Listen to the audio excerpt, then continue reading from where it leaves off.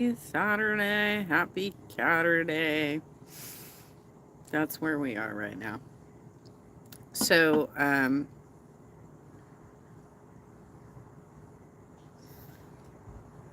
been trying to get a lot of housework done, you guys, and just like focus on me. I think I'm allowed to do that once in a while, right?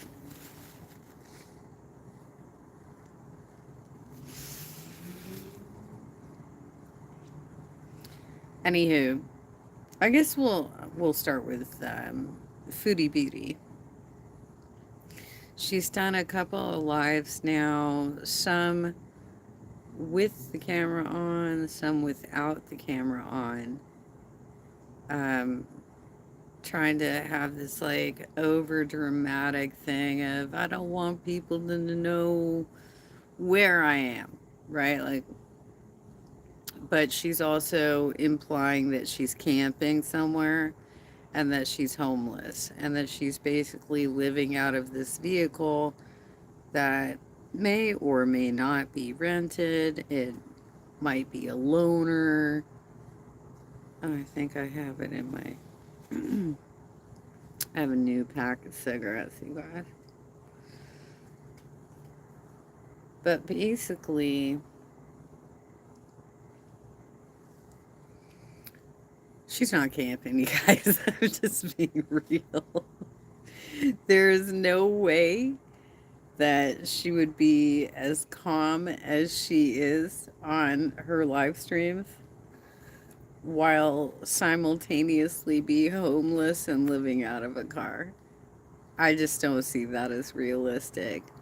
I think it's far more realistic that she's borrowing mommy's car and then doing some live streams from the backyard with her avatar on, right?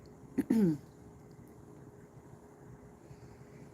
it's not like they don't have birds a chirping right there at Smee's place.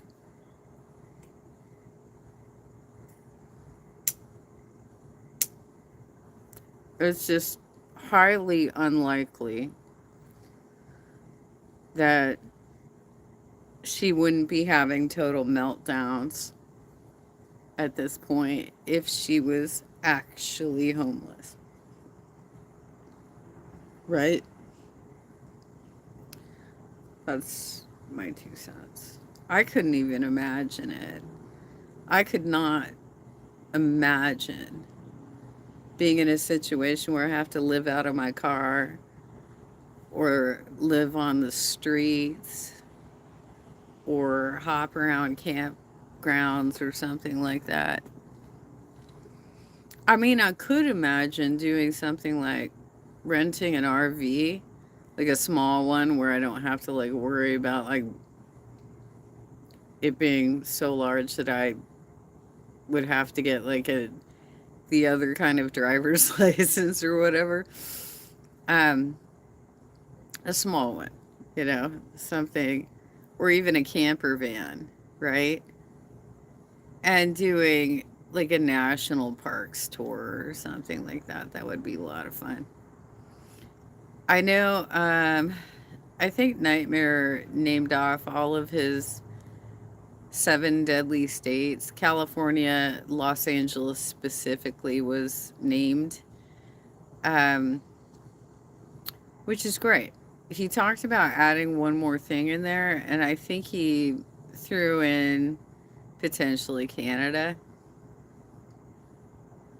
I know that he's very much an animal lover. He has a couple of degrees in this, and that's one of the reasons he wants to go down to the Everglades is to handle venomous snakes and see the alligators or crocodiles. I don't know which ones they have down there, but we have them along the Persian Gulf states. But I, if it was me and I was from a foreign country, I think it would be a shame to leave New Orleans off the list. And to leave, if you're an animal lover like that, Yellowstone off the list. Plus, on top of it, they claim, well, not Nightmare specifically, but Billy and Roxy, she's not there anymore, but they claim to know King Cobra. He lives in Casper, Wyoming. That is public information. And so does Jeffree Star. He has a yak farm. These would be very interesting things to see if you could get interviews with these crazy people. But anyway, that's my 2 cents. Beans. Beans, you're pulling a buff weeb on us right now and showing us that you really don't understand sex. I can't even. So, covered on Rewind this afternoon was Beans telling Sweet Tea that it's like having rough sex and then we have to be the ones who come in and provide the aftercare for you. What can you can you specify what you mean by Sweet Tea having rough sex and needing aftercare? Could you explain that, Beans? Are you suggesting grape? Or are you just suggesting that, you know, she had a situation with her boyfriend where she was like, harder, harder, harder? And how do you get involved in that scenario? How is that? How is it that you're the one doing the cleanup? And why would she need cleanup? Obviously, she enjoyed it, right?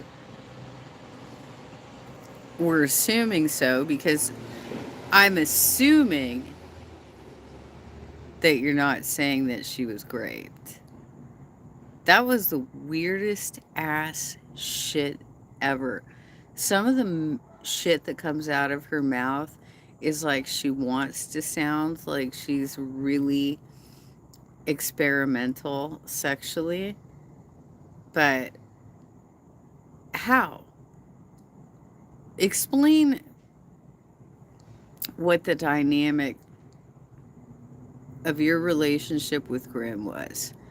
That's what I would like to know because the two of you were together for 7 years. You're trying to get everybody to say that you have a lot of experience with men, but you met him in high school, right? So you've been with one man for 7 years who was your high school sweetheart. Yet you have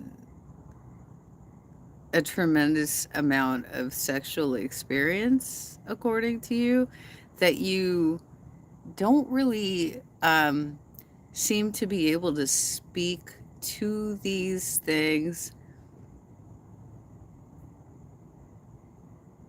in a way that makes sense for people who have lived life. I'm just saying, for those of us who have actually lived life, Beans, the words coming out of your mouth do not make sense. They don't.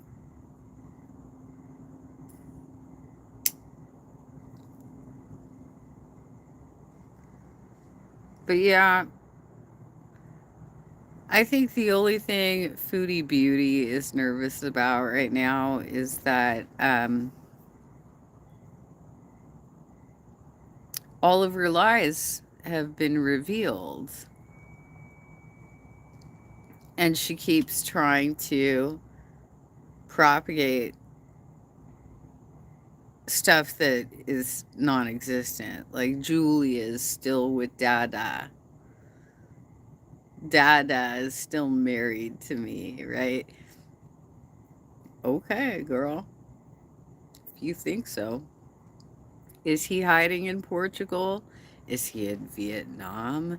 Is he in some other country? Is he in Thailand? Where is Salah? And are you giving access to his account to Teardrop to make it look like he's coming in to the chat? Because on one of the more recent chats, she said, "Don't say anything about where you are." So that might have actually been the real Salah. But if he had already been in the chats before that, they would have already talked about it. The forewarning would not have been needed, right?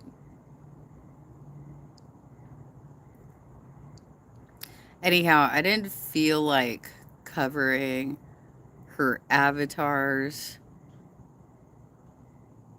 live streams, and I don't feel like clipping any more of Deadeye Beans right now because I don't think things are going very well for her. She's talked about um, how she's not happy in the LCU and she wants to leave. Girl, you should get the fuck out. Do something else with your life because I don't think lying for a living can be very comfortable. Just my 2 cents. Anywho, I hope you guys all have a great. Oh yeah, I just want to give you a little side story about like my day trip in here with Sally this evening. We went out to do some banking and stop by the gas station and then pick up some food. And apparently, everything in the entertainment area near me starts closing up around 8. And I was there around 9. So I just like was trying so hard to find one restaurant that was still open and still serving food. It wasn't just like their bar or something like that. And when I walked out of Wahoo's, this was, it really pisses me off when people do this. And, you know, for those of you who ever encounter somebody who's disabled, please be mindful of this. If somebody comes up to me and sees me limping, but approaches me like I'm drunk, you can fuck right the hell off. You know what I mean? Like, seriously. I was limping back to my car, and 2 ladies stopped me and said, "Hello.